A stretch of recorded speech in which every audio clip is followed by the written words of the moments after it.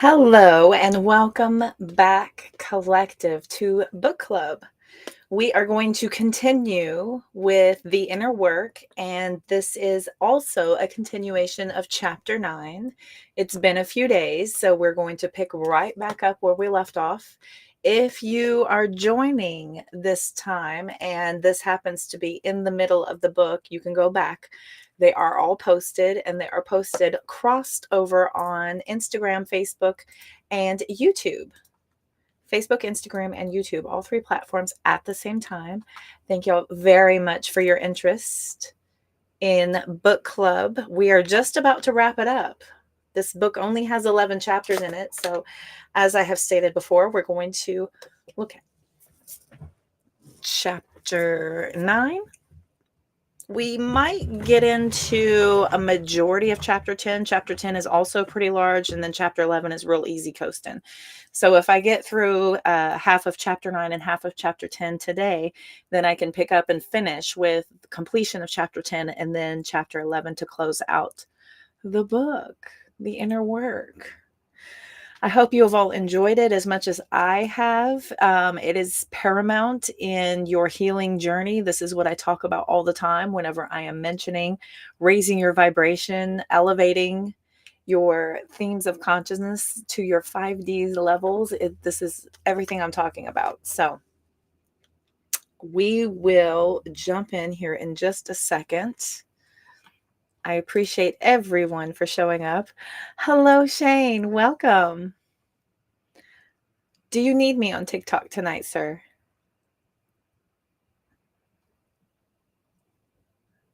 It's good to see you. I hope you are well. This is super slow transcribing, so.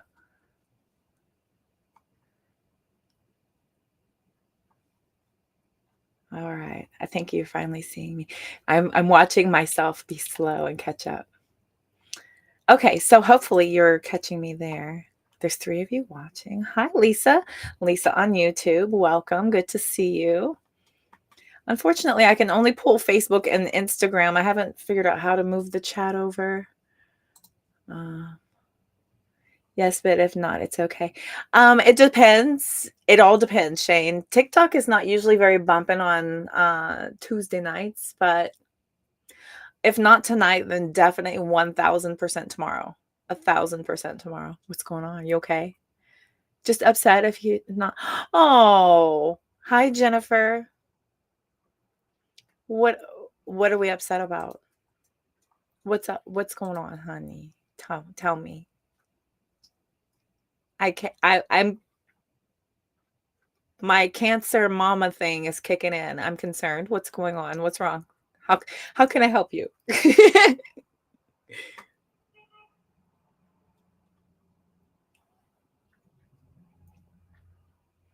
Hmm.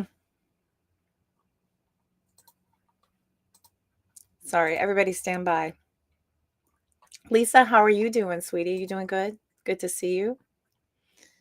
So I've got that chat going. Boy bossed and tried to be mature but got in trouble.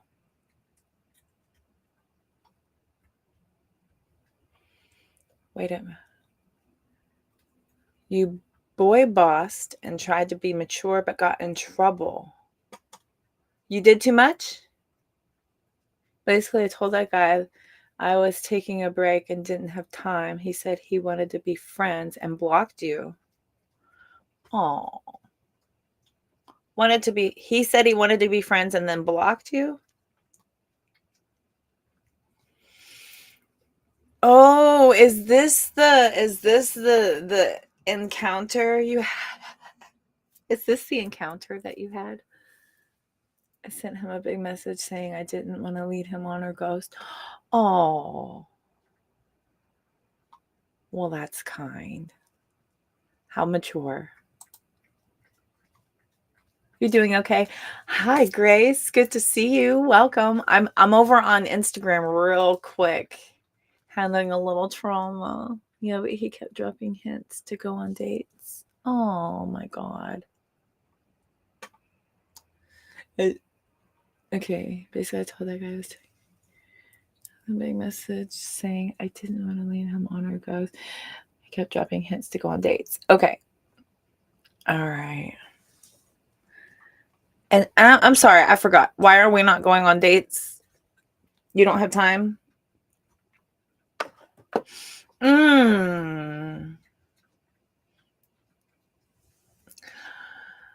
Y'all had different ideas about what you were supposed to be whenever you connected. Is that the case?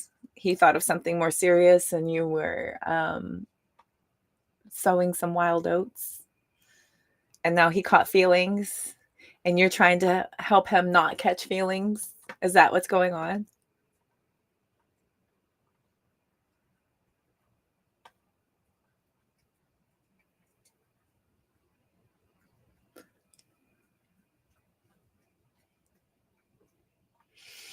Okay.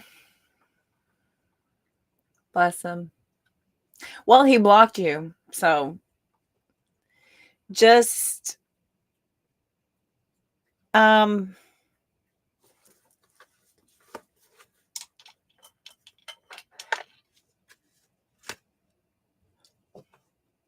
Six of Swords. Be at peace with this. Don't return energy. Move on towards what you said you would do. Follow through with your side of things here. Follow through with your side of things. Five of Pentacles over here. Interesting. He feels pushed aside, so he's going to need time to kind of calm down and let himself temper, and then he will unblock you again. I'm sure he'll unblock you again. Nine of Cups, so he can protect himself emotionally because he got his feelings hurt. There's the Spy card. He'll unblock you. He'll unblock you when he calms down, when he recovers. There you go.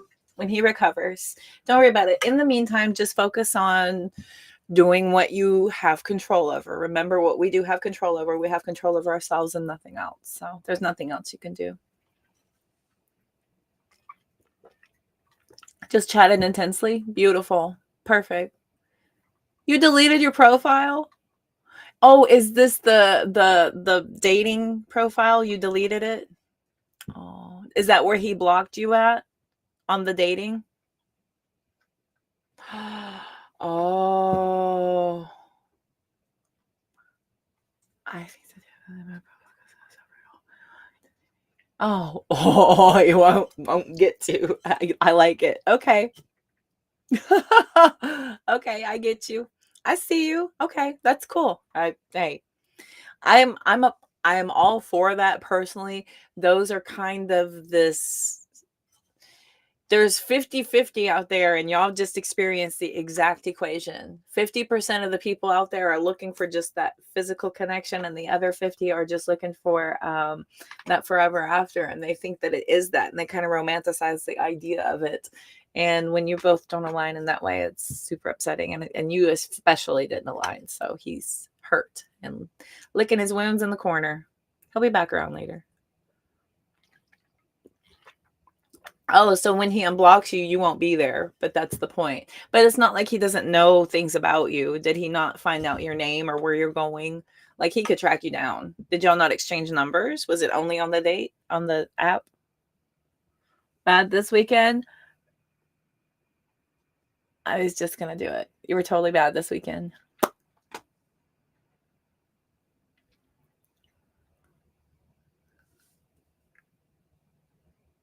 Okay. I see you. You need different projects. You need different things to do, baby. That's all. I feel like Miranda Priestley. That's all. You need other things to do. I have plenty for you to do. So if you need something to do, come see me.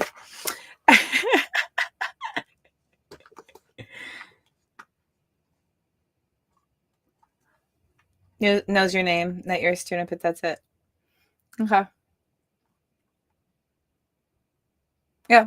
So he could find you if he wanted to, but it's probably just an experience, Sunny, and it's a lesson. And now stop playing with people.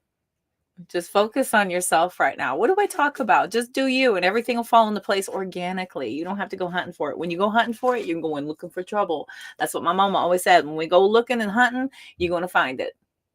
When you go looking and hunting, you'll find it. And I think you were looking for something.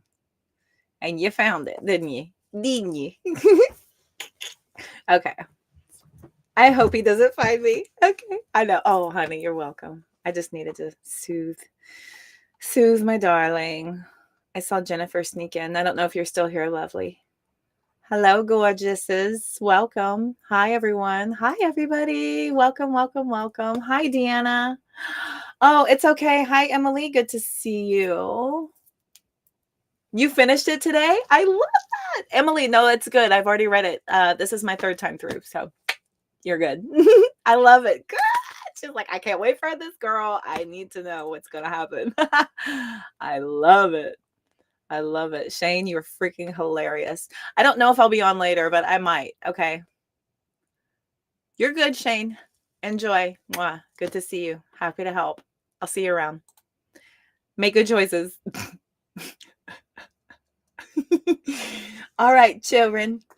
Where were we? All right. Hi, kids. So you jumped the gun, Miss Emily. I love this. Thank you. Refer to the book to a friend. The audio. Yay. Look at our ripple effect into the universe. I'm freaking a fan. Dude, this is so cool. It's so freaking cool. Thank you. I appreciate it. Hi, Deanna. Deanna is here and there and everywhere. Okay, I'm heading back over. Heading back over. Hi, Deanna. So I had Deanna over there. There we go. Okay, so Instagram doesn't talk much. I'm sorry, Deanna, but thank you for being there. So let's get started, shall we? All right, let's dive in. I may have to go in and edit all of that out. Poor Shane. Okay.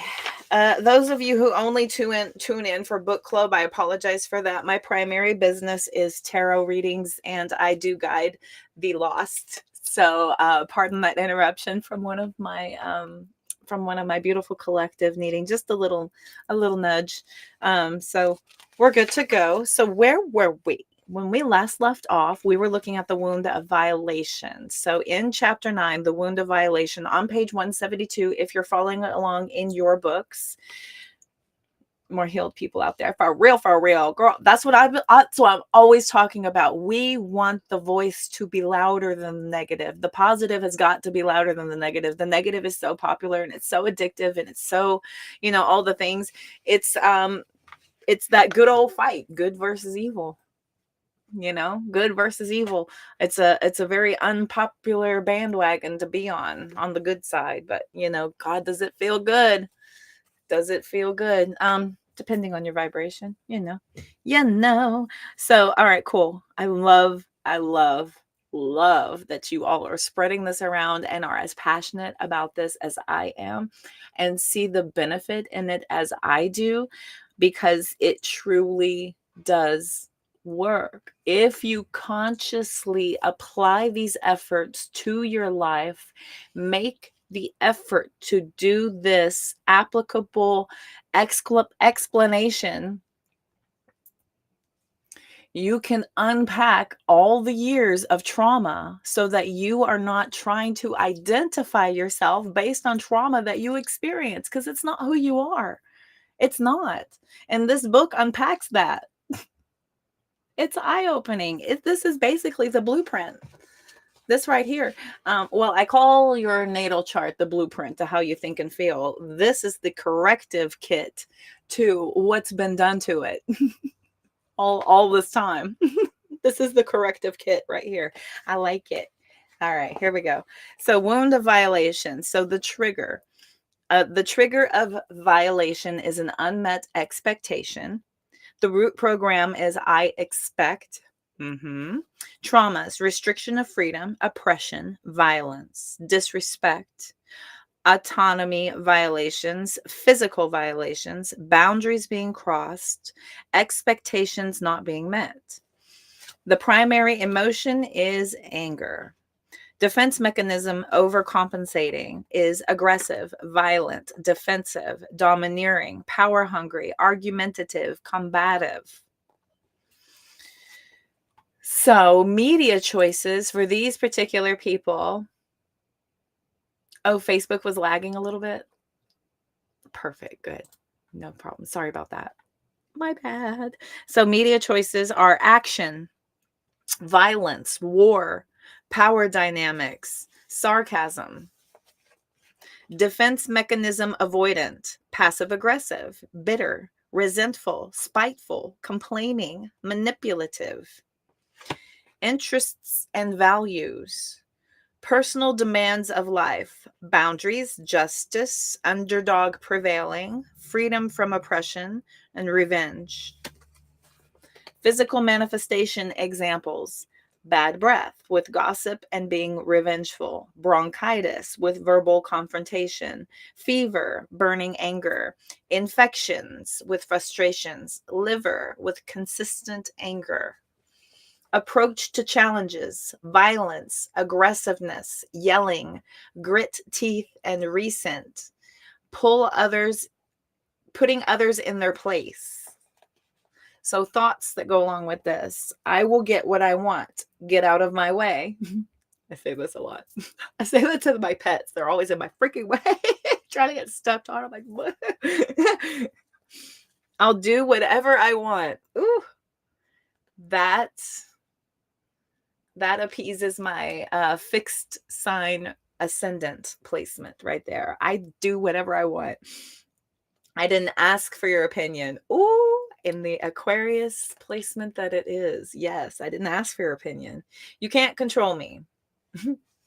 So healing, surrender expectations, take pride in your composure and in your actions, taking pride in your actions. I read this, and we'll probably get to that because it hasn't come up yet, I don't think, but having integrity for how you respond is powerful. It's powerful because personally, I find self-control to be very, very hot. And I find it to be very, very because it's so rare. It's so rare for people to exude and consistently exemplify self-control. It's the biggest challenge that there is in this world, especially with all of the distractions, especially with all of the temptation, especially with all of the variety, especially with the instant gratification. It's very, very easy. Easy this way. Easy, easy, easy. Okay. What it's teaching us: anger for positive change, unwilling to accept limitations within your control. Affirmations: I respect myself and others. True power handles challenging circumstances with composure. I take pride in my behavior. Ooh. I had mentioned that too.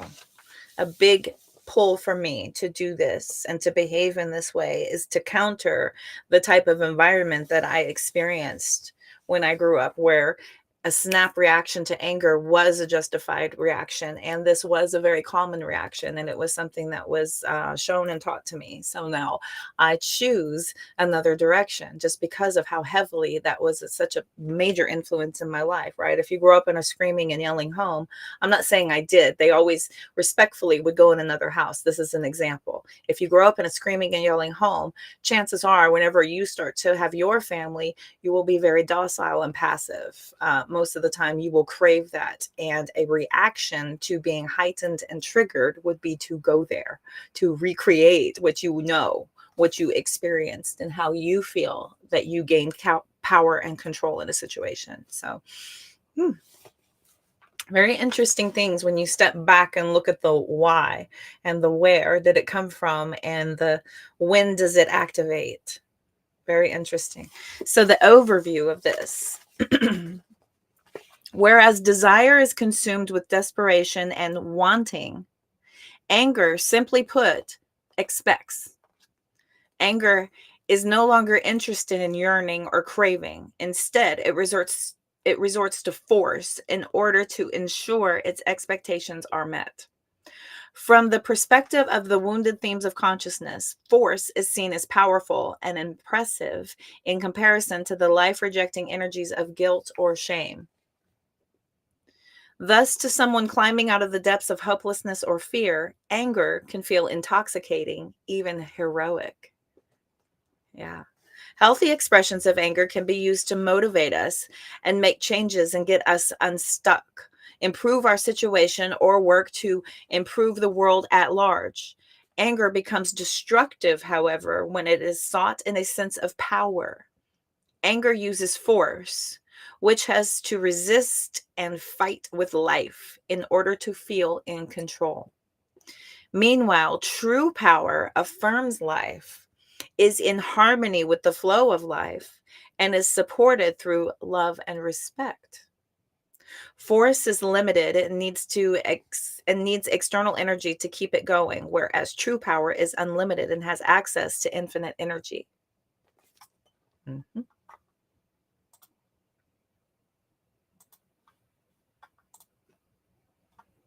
Okay, just making sure. All right. The wound of violation is the theme of all impatience, aggression, violence, and rapacity. It is the infant throwing a tantrum and is actually unresolved sadness in an intimidating disguise. We perceive our unmet expectations as life not loving us, and therefore anger over exaggerates situation and uses extreme language. Its entitlement turns into a delusion in which any obstacles or delays are viewed as violations and enemies withholding love. Likewise, we will perceive unexpected obligations as frustrating burdens that are trying to interfere with our goals. The wound of violation makes us stubborn, hard-headed, brutally unforgiving, and unable to let go of attachment to results. Thus, the ego can become an extremist to the point of fighting and even killing for its goals and their illusionary promise of gain and security.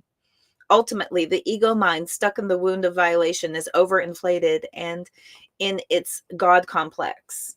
Out of desperation and subsequently feels entitled to its expectations. Triggers. Anytime our expectations are not met or our boundaries are crossed, the wound of violation will be triggered. The mild expressions of the wound of violation are selfishness, entitlement, and impatience, and frustration with our current situation or other people. When taken to its extreme, the wound of violation can cause us to be forceful and violent, either physically or verbally. It will perceive enemies to contend with and destroy. It will be resistant, vengeful, explosive, and struggle with delayed gratification. It is impulsive and irrational. Examples of common triggers are things like becoming impatient with your boss or a coworker, being frustrated at your life and circumstances, arguing with your spouse, cutthroat behavior in business, seeking revenge for those who hurt you, passive aggressive language, or road rage in traffic. The wound of violation thinks, I will get what I want. I will take what I want. Screw you. Get out of my way. I can do it faster. I will destroy you. You are expendable. You never help me. You always do this. You're taking my time. I don't care what you think. I'll do whatever I want. I didn't ask for your opinion. You're interrupting me. I'm about to explode. I'll get revenge. I'll teach you a lesson. Don't touch my things. Don't you dare get in my way. I'll do whatever I need to do to get what I want. I'll make an example out of you. Nothing is going to stop me. I'll end you. You can't control me. So, healing.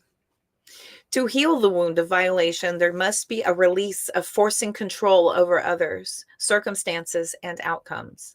This is most successfully accomplished through building pride in ourselves and our ability to stay composed in the face of challenges and things we perceive as a violation.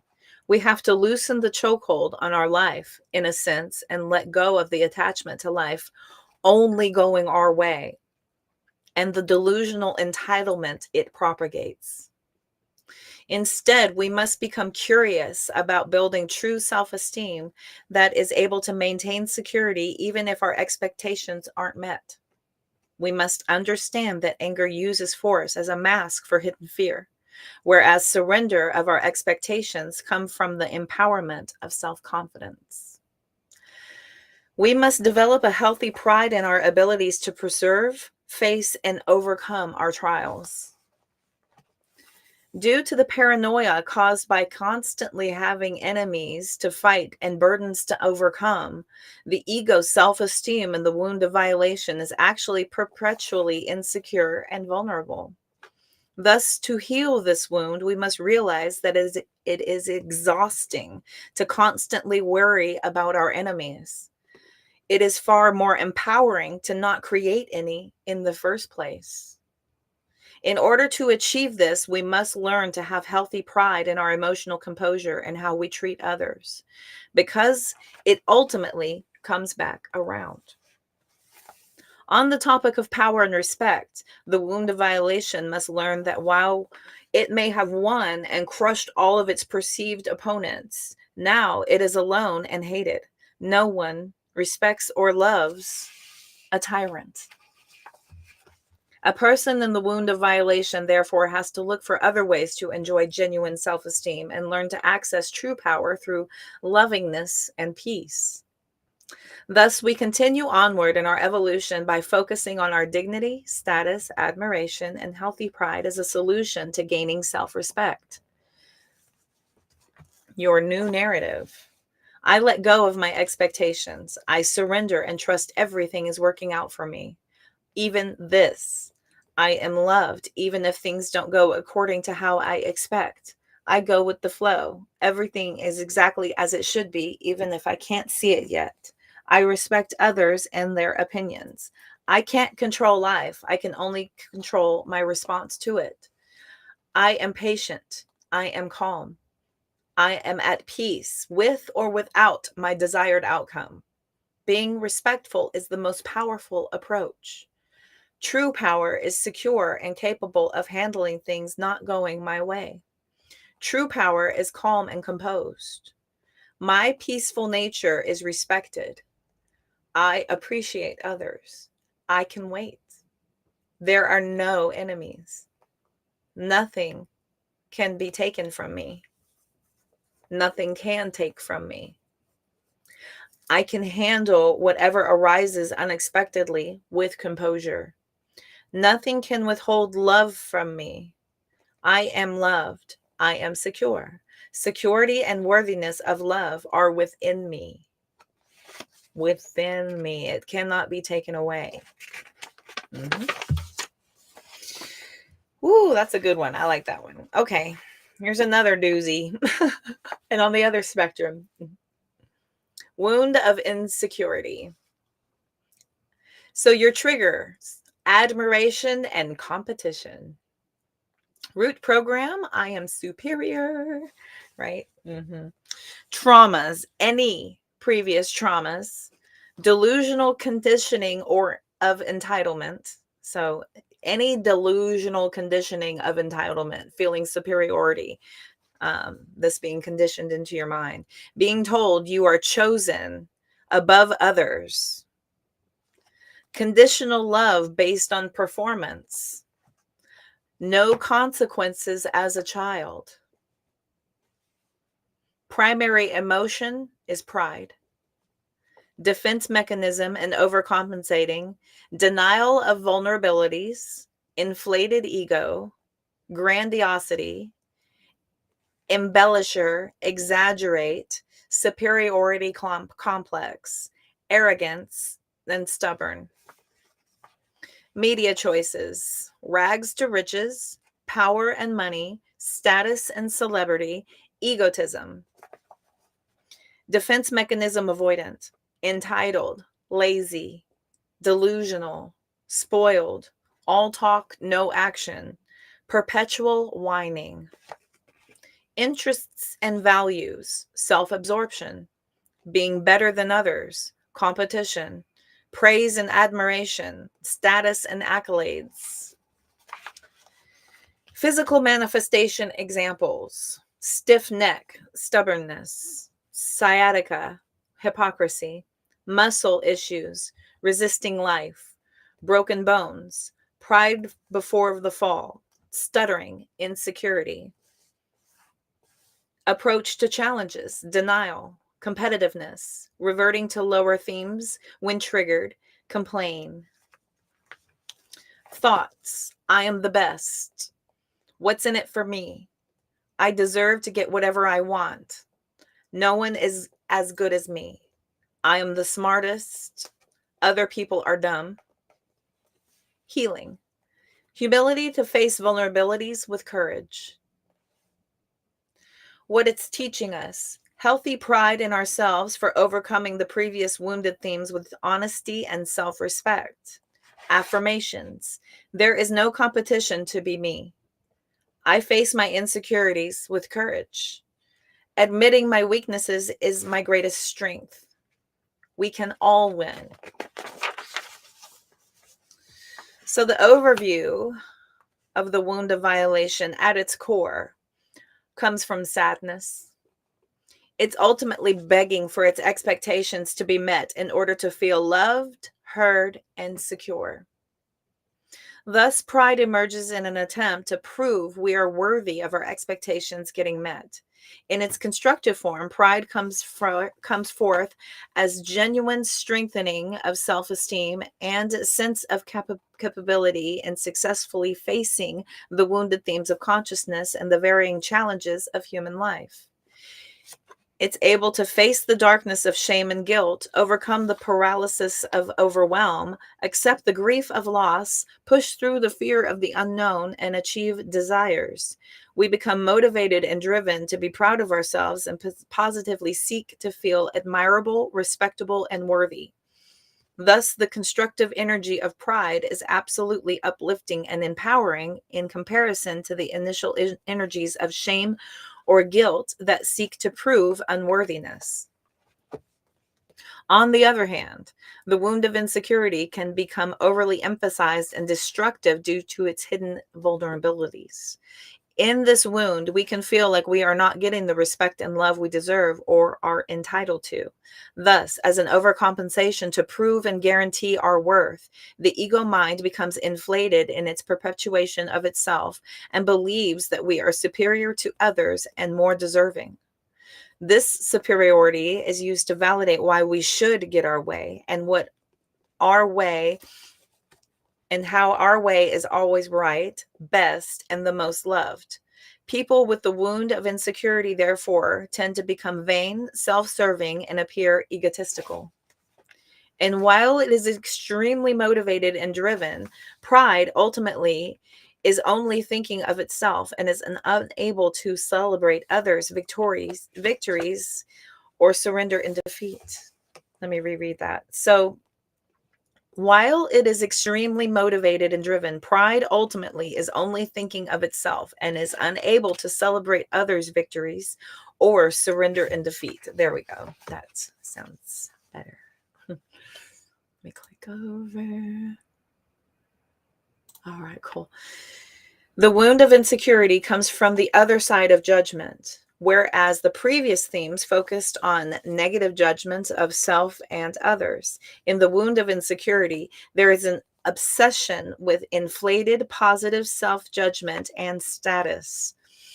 This is accomplished by denying any weaknesses, mistakes, or self doubt we already have. Thus, pride toots its own horn, boasts, gloats, and props itself up in order to feel good about itself.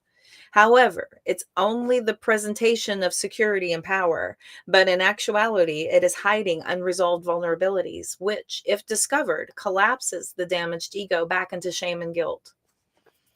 The wound of insecurity is rooted in lack rather than the security of abundance, which comes from accountability. As a result, the mind is ultimately trying to be better than others in order to make sure and get enough love. The root of the mind's story is that there is not enough love and respect to go around, like a child fighting with siblings for a mother's attention.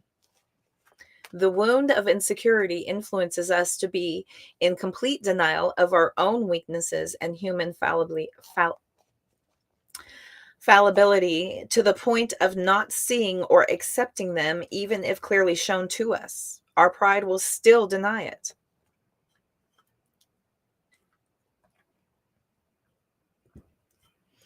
Because of this, pride is the epitome of peridium blindness, and therefore extremely dangerous because of its inability to face reality. Put simply, the wound of insecurity makes us believe if we don't acknowledge a problem, maybe it will go away on its own. Ooh, I did that. It doesn't. It doesn't go away. You have to face it and deal with it. Pride goes before the fall because its own denial blocks it from seeing its weak spots and a healthy respect for boundaries. Thus, people with the wound of insecurity can be reckless due to denial and overcommitted due to needing to prove their worthiness, eventually pushing their own demise. The wound of insecurity needs to feel the most special and uniquely different because it is actually still lacking true self-confidence. So the wound of insecurity needs to feel the most special and uniquely different because it is actually still lacking true self-confidence. Therefore, when in the wound of insecurity, we become obsessed with credit seeking and making sure everyone knows we are right and best. Society has glamorized the vanities of pride throughout our history as epic, heroic, or impressive. Endless wars, competitions, and conquering of others, both on large and small scale, are all examples of the arrogance of insecurity. From a higher awareness of love, there is no competition, which is the vanity of pride because there is nothing being withheld or in need of proving. There is no lack and nothing to fight over. Everyone has equal access to divine self worth, respect, happiness, love, and fulfillment within themselves, even with our weaknesses, mistakes, limitations, and humility. Triggers. Due to pride's insecurity, its triggers will be anything related to earning respect and admiration. On the other side of the spectrum, the wound of insecurity can be triggered by humiliation and perceived loss of respect. All we want is to be loved and seen. But instead of doing inner work with courage and looking at ourselves honestly, the wound of insecurity will try to manipulate respect from others through masking and lying. Thus, the wound of insecurity will come off as always in the know. It will try to be right, the smartest, the best, superior, the most loved, etc. It can range from expressing as the know it all or entitled spoiled brat, all the way to the grandiosity of believing itself to be a god that should be served and praised, such as kings and pharaohs throughout history. Accompanying thoughts for wound of insecurity may include things like, I am the best. What's in it for me? I deserve to get what I want. My opinion is always best. I know because fill in the blank. I am the most beautiful or valued quality. I am right. My way is the best way. I am the most loved. They are not as loved. I am the smartest. They are dumb. People are stupid. I am right. They are wrong. I have the one and only way. I will go down in history. I'm perfect. I always win. I am superior. They are inferior. Reputation is everything. Everyone owes me. I don't owe anyone anything. I am the strongest. They are weak. I am the greatest ever. No one is as good as me.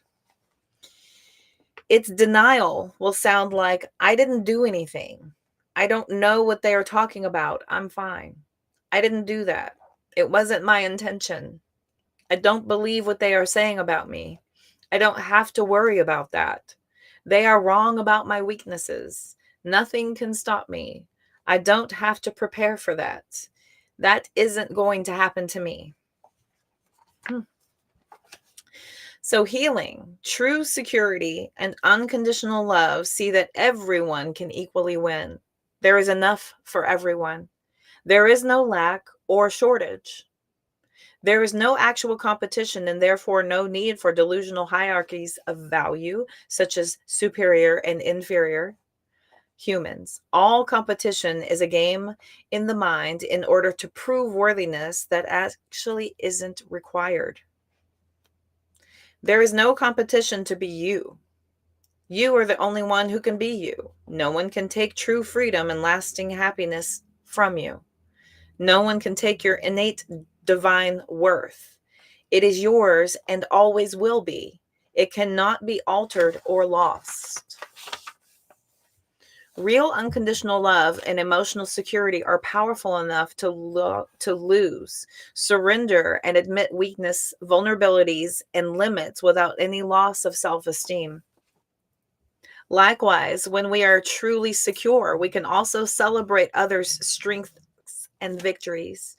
Accepting the truth that we are innately unconditionally loved is not something to necessarily boast about either, because it is technically equally within everybody.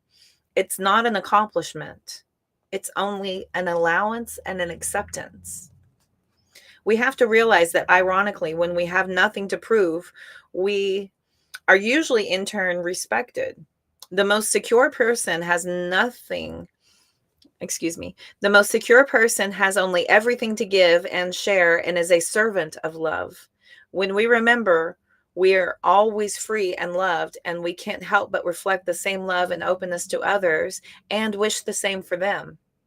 We seek the betterment of others because we know that there is nothing lacking. Their benefit is our benefit. Our benefit is their benefit. The world, a world of genuinely happy people and in love with life, doesn't use up all the love so that there isn't any more left. On the contrary, it fills the world with even more joy and happiness without limit. Wow. So think of the last time you laughed with a friend or a lover. Sharing joy magnifies it, right? Laughter is contagious. Thus, the final step out of pride is making through accountability and humility. It takes courage and humility to admit our fears, insecurities, and mistakes through the revealing process of self-honesty. We develop true power and respect. As we summon the courage to face our vulnerabilities, we move into the positive, liberating themes of consciousness that bring empowerment, participation, purpose, meaning, love, and happiness to our lives. Because insecurity is the fundamental core of the ego, it will be the greatest temptation to fall back into through all higher themes from here on. Thus, as a caveat moving forward, we must be aware of pride coming back in disguised forms, such as credit seeking or forming an intellectual or spiritual ego, and the pride of being wiser, more gifted, and more spiritually mature than others, which is a delusion. I am guilty of that. The ego will always try to identify with positive results as coming from me. I did this. I thought of that. To avoid these pitfalls, we must realize that all progress is being given and not coming from the ego. We make progress despite the ego, not because of it. All egos will eventually be discovered to be an illusion. Underneath all egos, we are all the same light of awareness that is the divine self. There is no actual better or worse, and therefore no separate ego to take credit for anything. It may be useful to recall that what we are really dealing with through our inner work is layers of resistance to the truth of who we really are, rather than any sort of accomplishment or earning. The new narrative. I take accountability for myself. Accountability is my greatest strength. There is no competition. I don't have to prove anything. I am humble. My life is a gift. All progress is a gift. I face my insecurities with courage. My vulnerability is powerful. There is enough for everyone. Others do not need to lose in order for me to win. We can all win. My way is just one way. I don't always need to be right. I am happy for others. I celebrate the success of others. I empower others. I enjoy others' victories. I use my abilities and talents to support and serve others. I do not need to earn love. I am innately loved. I give love to others. Love is my natural, effortless state. There is no shortage or lack of love. I build others up. That was chapter 9. Hi, Zen. Oh, your phone died. Bummer. Welcome in, darling. Okay, we just finished chapter 9. Wow.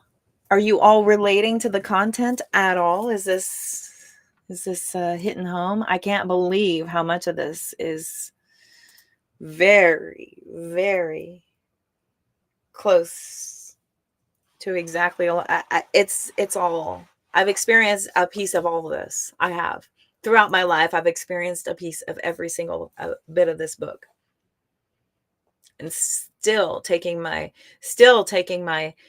time to pause and capture a feeling and try to find out where that root program is coming from and have the moments to sort through that prior to reacting, changing the root program. So chapter 10 is also pretty thick. So we're going to just go ahead and dive right on in. I hope you are all doing fantastic so far. I think we can power through this. So in chapter 10, accepting our destiny. Acceptance, right. The key to growth is the introduction into higher dimensions of consciousness. That's Lao Tzu. Lao Tzu says,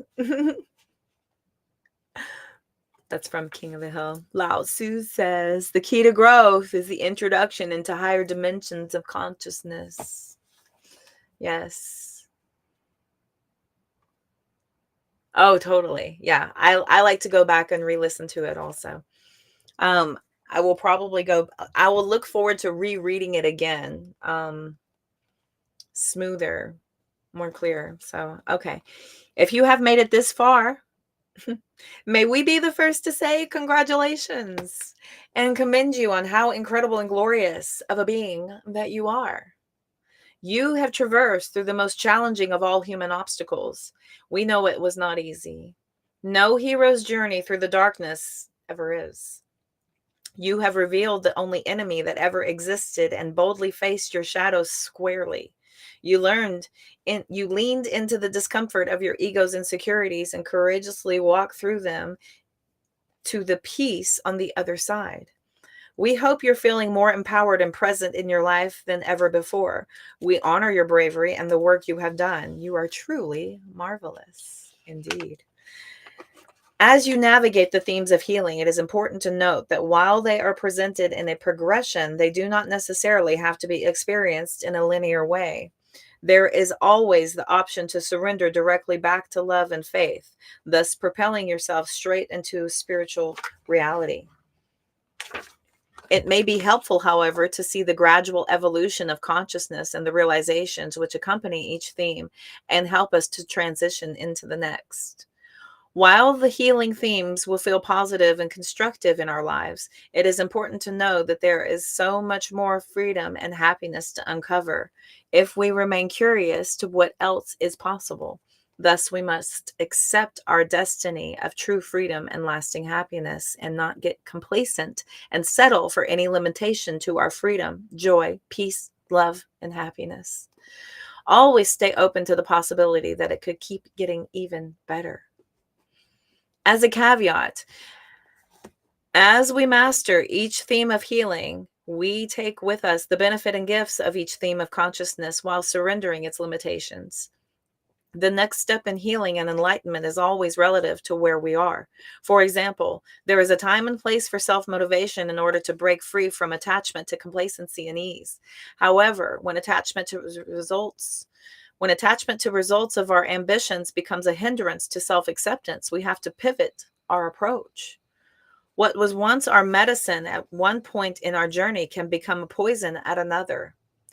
This is why the inner work is a continuous contemplative lifestyle and not a destination, because the journey is ever evolving with us.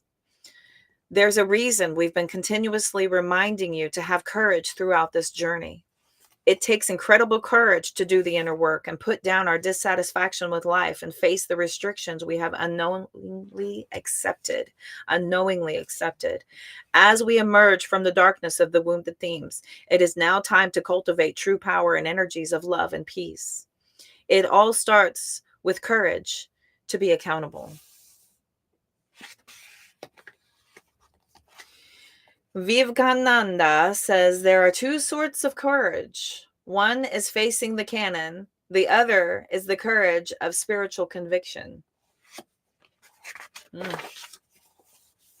Themes of healing. So themes of healing. So self as a mind, relief, self-empowered mentality. This is understanding, acceptance, self-motivation, ease, and accountability.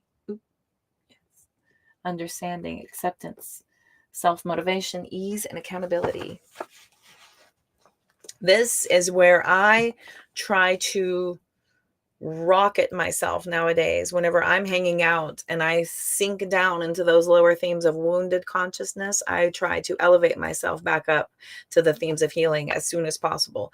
I dabble and have tiptoed around the themes of enlightenment in moments, but there are a lot of things to unpack. There are a lot of things that I have done to protect myself throughout life. So it's not an overnight thing. This is not a light switch, but there is a real sense of applicable effort that really proves to show the best results, which that is where we get our most encouragement, is when you start to see the results, right? This is why people still continue to go and beat themselves up at the gym and work out all the time, is because the results are like, dang, I like it. I like it. I'm going to do more of it. Okay, so your spectrum of healing. Hi, unicorn and rainbows. I love your name. I love your name. I say this all the time. I wish all of my readings could be unicorns, butterflies, rainbows, and unicorns, fart and sprinkles. That's what I say. Rainbows, butterflies, and unicorns, fart and sprinkles. I like your handle. Nice to meet you. Welcome. Reading the inner work on chapter 10 currently. So spectrums of healing. So upon doing this work up until this point and applying, I've been able to fill out my own little chart here, showing my own dabbling I've been needing to do. Accountability at a glance. Okay, so here's the themes of healing on the other side. So we just looked at the themes of wounding in chapter 9. Chapter 10 is the themes of healing. Accountability at a glance. Archetype. So the archetype for the accountability is the honorable warrior. The honorable warrior. Yes. Root program is self-honesty. Triggers that keep us stuck here. Duties to fulfill. Wrongs to right. Problems to solve. Primary emotion is courage. How to access this theme. Ask if you're being accountable.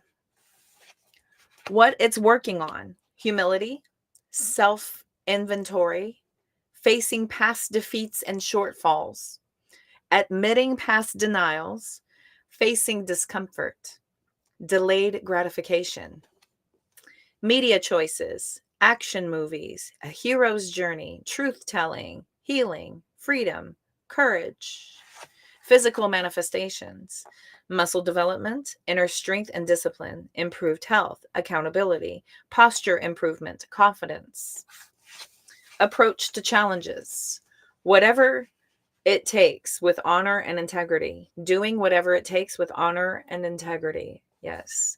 Thoughts and values. My word is my bond. I fulfill my duties. Fight for what you believe is integrous and right. Live with honor. Protect innocence and freedom. Transcendence. Stop finding things to contend with. Affirmations to ascend. There is no one to contend with. I have no enemies. The world will handle itself. Things will resolve themselves naturally over time. Everyone is on their own path. I trust all is well. The overview.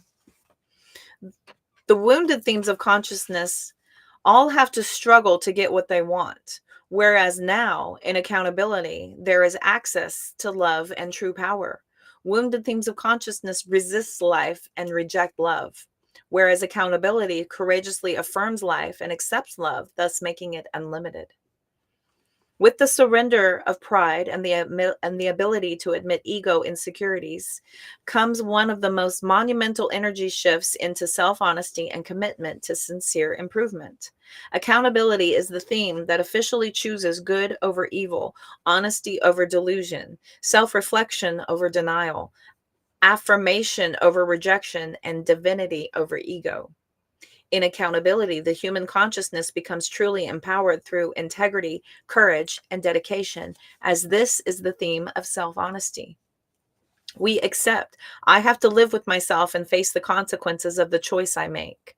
And thus, it is the dawning of moral responsibility.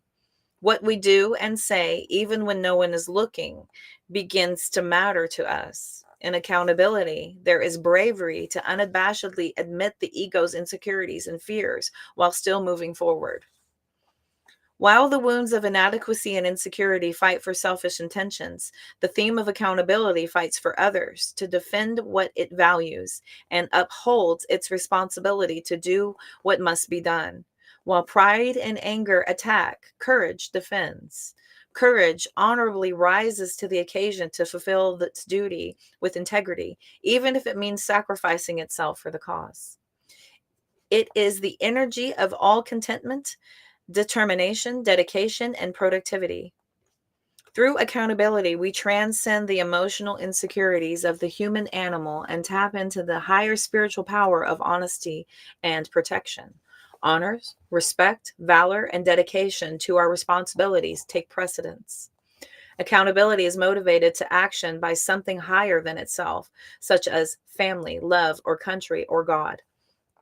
It wants to fight for what it believes is right and good. It sees problems to solve and wrongs to right. It is obligated to act when it sees perceived injustice. Keeping its word and honor, its allegiances become its guiding principles. Thus, it lives for more than just itself and discovers the novel energy of love for the first time. Accountability, therefore, is a final constructive energy of life that affirms, gives back, and participates in society with dignity, honesty, and loyalty. Due to the belief that there is a battle to be fought in the first place, however, means that there's still so much more peace and joy yet to be discovered. Triggers that keep us stuck here. Ultimately, accountability is still invested into the perceived battles of life, just with better motive. Therefore, it will be triggered by problems to solve, injustices to correct, wrongs to right, causes to stand up for, etc. It is driven by moral obligation and has to do what it feels is the good and right thing to do. Thus, we contend with ourselves to be disciplined, as well as contend with others to protect our beliefs and values. Accountability will think things like, my word is my bond. Integrity is everything. I fulfill my duty. I face my fears. I live in life. I'm living life in honor. I can, I will, I must. Valor is respectable. Answer the call. Rise to the occasion. Discipline is key. Fight for what you believe in. Defend your family. Defend your values. Take accountability. People need to be protected. Do what's right. I am capable of handling my responsibilities. I slay my demons. I defend virtue. I stand up for goodness. I protect and serve. Evil needs to be stopped. Evil is the enemy. Everyone will be held accountable. Transcendence.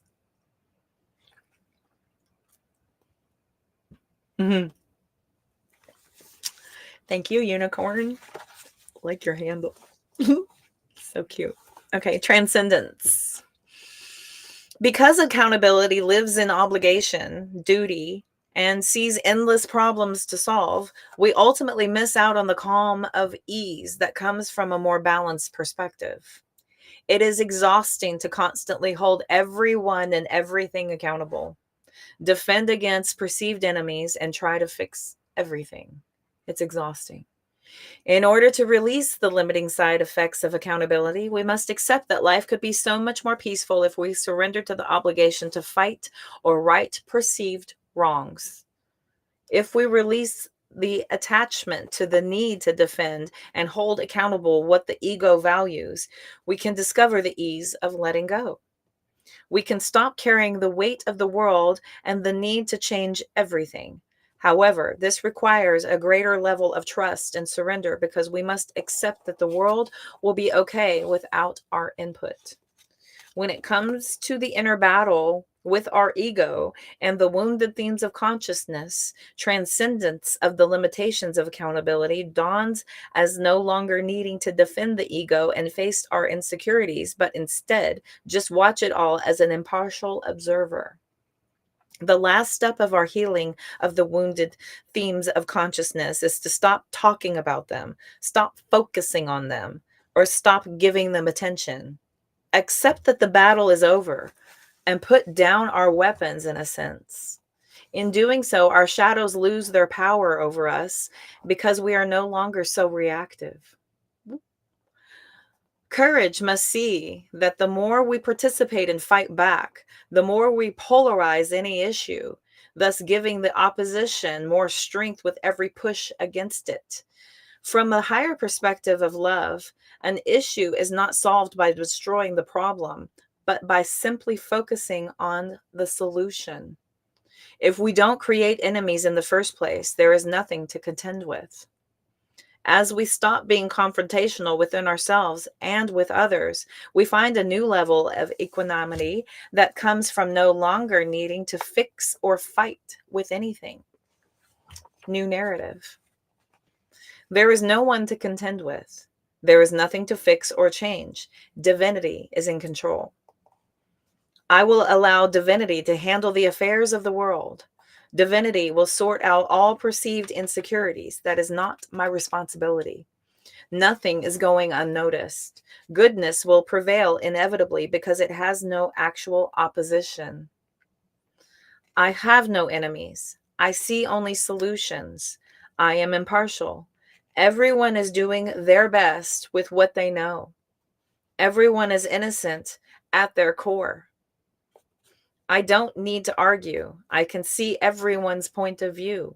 I will stay out of it. I am neutral. I surrender. I put down my weapons. I do not need to be right. No one needs saving. Everyone is on their own path. I let go. All is well in the world. Everything is perfect as it is. I trust all is well. Woo! Goosebumps. Nice. Love it.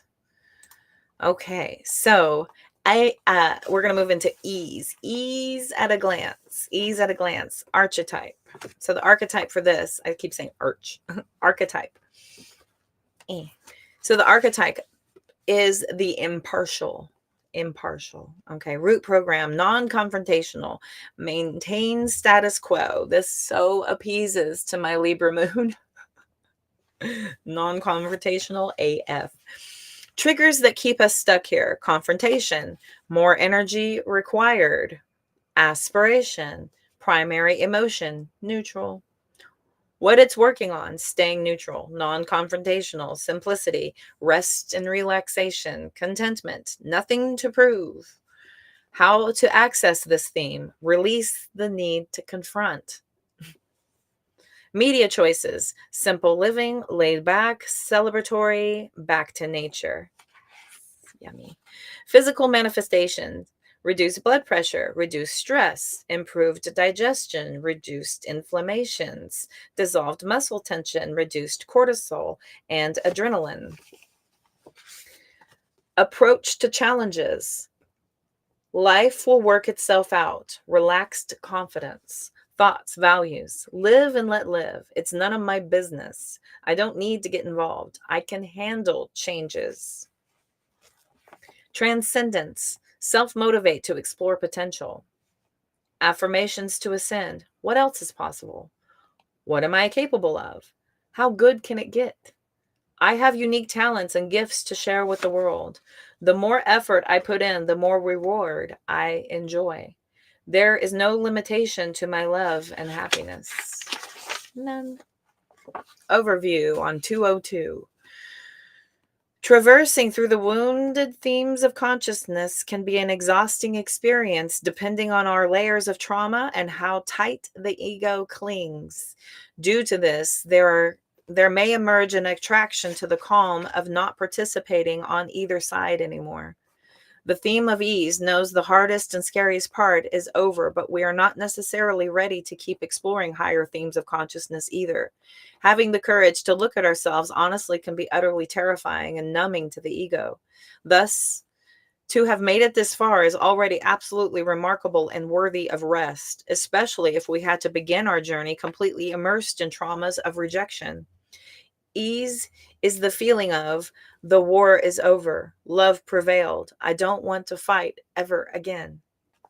Thus, after the courageous hero returns from the inner battle with the ego, we may want to find a neutral, passive resting state. The theme of ease is satisfied knowing that there are no more enemies to fight and there is no need to be confrontational within ourselves or within others. In the theme of ease, we reach a place of where we don't need to or have to change anything and can instead remain uninvolved and trust innate consequence will take care of it. Accountability needs to solve problems, fix things, and make changes and demonstrate its dedication. Whereas ease is non-confrontational, isn't interested in the problems, doesn't need to make any changes, and is overall easygoing and responsible. We are satisfied and confident in how far we've come and feel content to maintain status quo. Nothing missing, but also nothing improving either. Therefore, we are less concerned with trying to right any wrongs and would rather just let the world handle itself. Our sense of power and self-esteem have begun to be internalized, and therefore, whether we win or lose, the competition doesn't really matter as much anymore. Ease, therefore, doesn't want to make any waves and is confident it will be okay no matter what happens. While it's nice to be at ease with life, we will eventually come to realize it is even more rewarding to affirm and love life back through self-motivated, inspired action. Triggers that keep us stuck here. The theme of ease, if lingered in for too long, becomes the theme of complacency and can hinder further spiritual development. We may resort to resting in ease anytime there is confrontation or more effort required to go above and beyond status quo. This is because we may feel exhausted from facing the challenges of life with courage and accountability, whether internally with our ego and past emotional wounds or with the world and other people. In the theme of ease, we will crave rest, retirement, contentment, and will feel uninterested by the thought of having to keep putting more energy into our lives. Accompanying thoughts for the theme of ease are things like, to each their own, I'm happy with what I have, I don't need to accomplish anything anymore. Where are you trying to get? Live and let live. It's none of my business. Arguing won't change anything. If this doesn't work out, something else will. Everything tends to be fine in the end. There is no need to get so worked up. Everyone just needs to relax and stop fighting. Trust in the goodness of life. Just go with the flow. There is nothing to fix. The world doesn't need fixing. We should just all enjoy what we have been given. Looking for problems creates problems. Just let it go. Transcendence. Once we feel comfortable with this newfound ease and non-confrontational view of life, we can progress to even grander states of joy and expression of our true self. We do this by seeing that when we voluntarily give more to life, it only seems to give back even more as well. While accountability participated out of duty and responsibility, the next stage of evolution is to participate with willingness and self-motivation to share our gifts and talents out of gratitude and the joy of inspiration. Yay, that's me. Thus, eagerness to continue the self-development for the sake of uplifting ourselves and others is more rewarding than maintaining the status quo. Through voluntary, inspired participation with life, we get to enjoy even more self-esteem and the joys of succeeding at our ambitions. The theme of ease, therefore, is transcended through re-engagement with life. This time, not out of any need or obligation, but out of aspiration and excitement. The new narrative. I want to be the best version of myself. I want to positively impact the world. What I do matters. I have something unique to give. I have talents to share that were given specifically to me. I uplift others. The more I give, the more I enjoy. My involvement benefits the world. My dreams and ambitions were given to me for a reason. I have a unique purpose. I am motivated. I am inspired. I am needed. I am driven. My future is positive and bright. I can do anything I set my mind to. I am a success. My life is a success. I am talented. I am capable. Anything is possible. I have no limitations except the ones I place on myself. I was just talking with my person about that. Giving is pure joy. The gift of giving for the pure joy of just doing so. Can't wait. I'm already doing as much as I possibly can, and it does feel good. Even if I don't have anything to give, what I do have to be able to do so is purely joyful. It truly is. Just knowing that everything's okay. It's all good. All right. Self-motivation at a glance. Archetype. Did it. The overachiever. Hello. Root program. Go above and beyond. Oh my God, you're speaking to all 4 of my Virgo placements. Explore full potential. Triggers that keep us stuck here. Attachment to outcomes. Unwilling to accept limits. Primary emotion, willingness. What it's working on. Exploring full potential. Mastering gifts and talents. Living as full as possible. Self-esteem of achievement. The more I give, the more I receive. Bing. How to access this theme. What else is possible? Is this my potential? Media choices, doing the impossible, greatness, Hall of Fame, limitless possibilities, mastery of a craft, wealth, success, inspirational. Physical manifestations, body's full health potential, how strong can I be? Heightened cognitive skills, how smart can I be? Wealth and success, how abundant can I be? Positive self-esteem through achievement. Approach to challenges, I can do anything I set my mind to. Thoughts and values, anything is possible. Greatness is within me. There are no limitations. Where there's a will, there's a way. Transcendence, full effort with acceptance of things beyond our control and non-attachment to results. Affirmations to ascend. I can't control everything. I am only responsible for my effort and intention. Results, outcomes of my efforts are determined by infinite variables out of my control. My worth is not determined from my results. Man, we are almost done. Nice.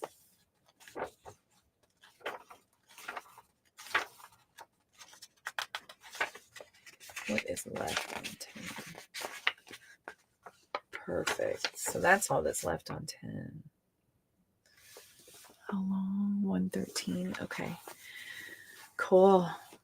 Trucking right along. Fantastic. All right, here we go. So the overview of this, when we embody the theme of self-motivation, the primary focus becomes that of enjoying and affirming life, therefore developing our self-esteem and exploring our unique gifts and talents. Resilience and the ability to handle delayed gratification strengthens, thus giving the theme of self-motivation the energy to seek positive change for itself and its loved ones despite obstacles. We become willing and eager to improve ourselves, promote goodness and love, and tap into genuine inspiration. Success is common in all aspects of life, since we now have access to true power that is able to go above and beyond the complacencies of our ego. Through empowerment, ambition, and willingness to explore possibilities, There come the ability to master increasingly sophisticated aspects of life, such as our career, relationships, artistic pursuits, hobbies, academic performance, and anything else we're drawn to. Previous to this theme of consciousness, positive action was taken out of obligation and sense of responsibility or to maintain status quo. Once the scale tips out of ease, however, the theme of self motivation becomes interested in doing things to the best of its ability for the simple sake of enjoying what it's capable of. We are excited to explore our abilities through opportunities to achieve, which we perceive all around us. We are enthusiastic and give 110% in all that we do. In this theme of consciousness, we no longer perceive our work, life obligations, or mundane tasks as a burden or duty, but are grateful for the chance to demonstrate our unique gifts, talents, and greatness. Everything is an exciting challenge and adventure as we are extremely confident in our ability to persevere and succeed. Life is a blank canvas waiting for us to create, participate, and get involved in. The inner reward of enjoying our own achievements becomes the dominant motivating factor behind all action. In it is in wait, excuse me. It is the humble exploration of the gift of life and asks, what am I capable of? How impactful can I become? What can I achieve and give to the world? What am I here to do? What else is possible? Happiness and satisfaction in our lives continues to become more internalized, and our confidence swells with each new achievement. We show up to life fully engaged with positive attitude and optimism. The theme of self motivation is the epitome of ambitious entrepreneurship, passionate creativity, and driven self esteem. Spiritually, it manifests as the devotee enjoying service to divinity for positive karma or merit through the selfless action such as community or church service. As a result of this newly awakened inner power, happiness is commonplace due to our ability to re-own control over our internal reality. Our zeal for achievement and betterment of our lives and others makes us a positive power of change and inspiration.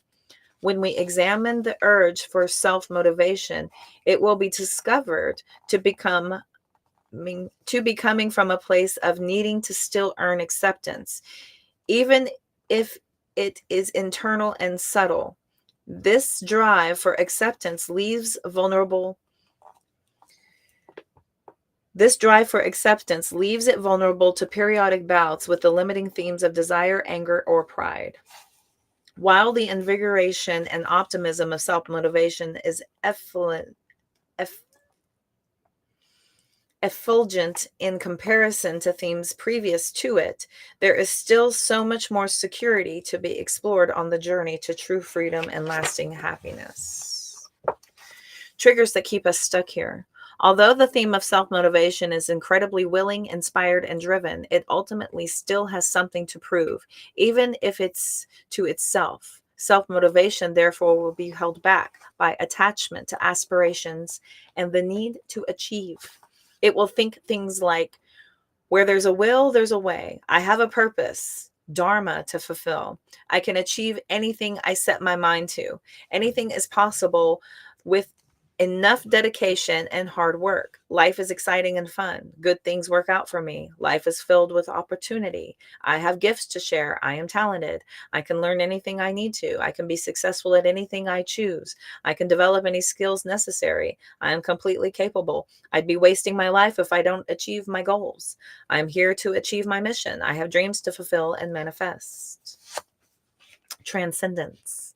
In order to transcend the limitations of self motivation, we must accept that our intention for greatness and in of itself is enough. When attached to themes of self motivation, we may become overachievers and miss out on genuine self acceptance and contentment. Our self acceptance may always seem like one more achievement away. For example, one more selfless act, one more community service project, one more degree, one more business, one more financial goal, etc. Spiritually, we may feel like our good deeds are never enough and so miss out on genuine forgiveness and the peace of accepting divine love. Thus, We withhold acceptance and forgiveness from ourselves and others, not realizing that there is nothing to actually earn or forgive, only accept what is freely given. To move forward, we must realize that our striving to be good, to move forward, we must realize that our striving to be a good person is what makes us a good person, not any particular self-improvement achievement. There is no perfection to reach, and then we will finally fulfill ourselves. There is no perfection to reach, and then we will finally fully accept ourselves. Acceptance comes through showing up to each moment with our highest intentions and knowing that we will eternally be learning and growing. There is no fantasized end to attain. Thus, to move beyond the limiting self motivation. Okay, so moving beyond the limitations of self motivation, we must see that our striving with full effort is enough, and we can let go of attachment to the outcome. Equal parts effort, equal parts non attachment. Okay, so equal parts, just keep on trying, but don't be so consumed by the perfection of the desired result, right? There's equal parts of this. It's a continuation, it's an involvement, it's a constant application. There is no end to this. This is how you do it. This is how you do it. New narrative. My desire to be a good person is what makes me one. Simply being in desire to be a good person is what makes you a good person. My intentions are enough. I'm only responsible for my effort. I accept myself as I am. I accept myself and others despite shortcomings. I accept myself with or without my accolades or achievements. I am always doing the best I can, and that is all I can do. I am always exactly where I'm supposed to be. I accept that I am enough already. I am already forgiven. I am whole and complete and always have been. I am perfect just the way I am. I tried my best, and that's all that matters. I am proud of myself no matter what the outcome. I always do my very best. Woohoo! Unicorn, this is the inner work. You can go back to my playlist. I have done book club so far for the inner work. You can catch up if you are interested. You can get the book on Amazon. It is available for, I think you can get it in hand for around $10 from TikTok if you happen to be over there. If not, Amazon has it. You can get it ordered in. You can catch up and then you can reread it as it comes in. As you can tell, this is my third full time through the book. I've already had to tape and retape it back together.